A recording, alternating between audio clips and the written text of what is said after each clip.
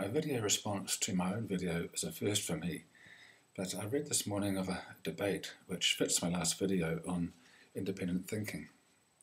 Apparently there's a big debate raging on Heidegger after a soon-to-be published in English book by Emmanuel Fay, and that's revived the long-running debate on whether the man can be separated from his philosophy.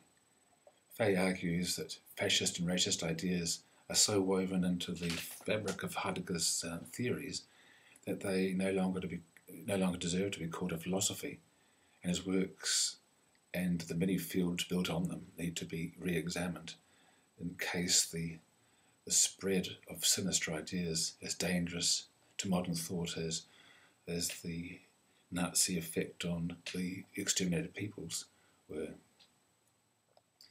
That Heidegger himself was a Nazi is not contested, and much of his unpublished and unsanitized writings contains foundational ideas of Nazism, like the exaltation of the state over the individual and the impossibility of morality, anti-humanism, and racial purity.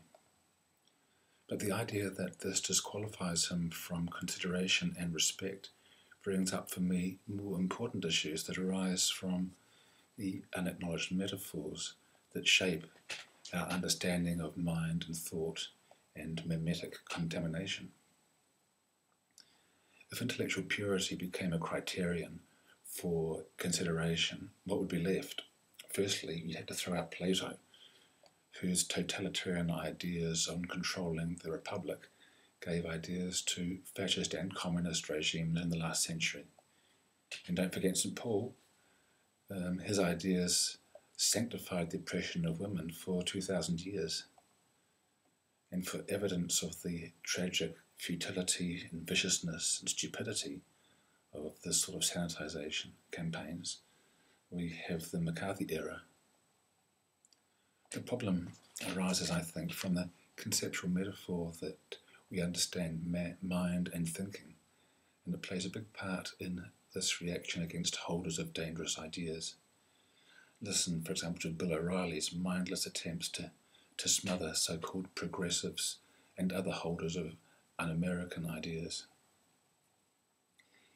The internet metaphor of mind and thinking, which I talked about in that last video, should convince us that we need to be informed, to be open to all the strands of the matrix of the collective mind.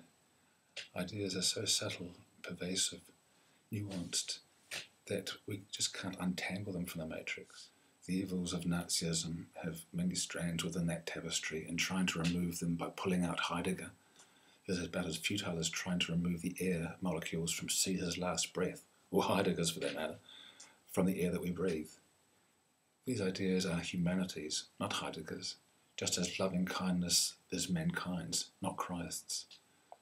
Some thinkers might be fine examples, or exemplars, or transmitters of these ideas, but in a sense they're just channeling or focusing those ideas which were always circulating in the collective. The only way to avoid being negatively influenced by these bad ideas, whatever that means, is to be intellectually and morally vigilant. Ideas resonate for us in accord with perhaps a still higher imperative than simply previous exposure. Learning how to use our cognitive skills to the highest degree, for example in meditation, or being as widely read and informed as possible, education, is the best way to nourish this moral filter we need. I'm reminded of Sophocles' Theban plays where we see the tragic and unfair to modernize fate of Oedipus and his mother Jocasta. It's not the father's murder and the incest with the mother that brings disaster. The sin that Sophocles points to, the one which we commit as we try to clean up the Memesphere, is hubris, the overreaching of ourselves, assuming divine wisdom as we think we can outrun necessity, the oracle's prediction for Oedipus, or the subtlety of the collective mindsphere for us. It's a hubristic effort to escape that causes the tragedy. Yeah, thanks.